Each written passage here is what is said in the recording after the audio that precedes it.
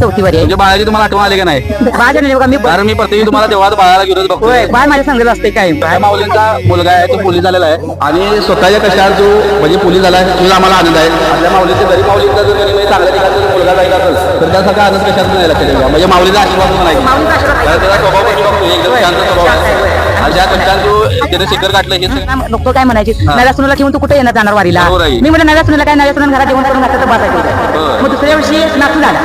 बरोबर आहे. त्यावेळी म्हणजे तू नातवाला टाकून कुठे जाणार वारीला. मी म्हटलं नातवाला टाकून काय नाही त्यासाठी पांडव सांभाळतो पाठीमागं म्हटले. कारण मी आणि आता वर्ष झालं तरी म्हणते ती भाई बोलते कसं जाणार. मी जाणार माऊलीच्या मग तुम्ही ह्याच्यात दिंडी चालता सगळं चालतच आम्ही टप्पा अजिबात चुकवत नाही एक सुद्धा होय काय? चालतच होय. आणि महत्वाचं म्हणजे ह्या पालखी सोहळ्यामध्ये महिलांचा पुरुष असतातच परंतु पाठीमध्ये सांभाळणं असतं. म्हणजे आपण घरात बाहेर गेल्यावर आपल्याला वाटते किंवा महिला म्हणजे घरातील बाई सगळं सांभाळत्या तसं या बायका आहेत आणि या सगळ्या पालखीच्या सगळ्या पाठीमध्ये ह्या माणसाचं सगळ्या सांभाळायचं काम करतात. म्हणजे 15-16 वारी झाली ह्याच्यातनं 4 वर्षाच्या दिंडीतनं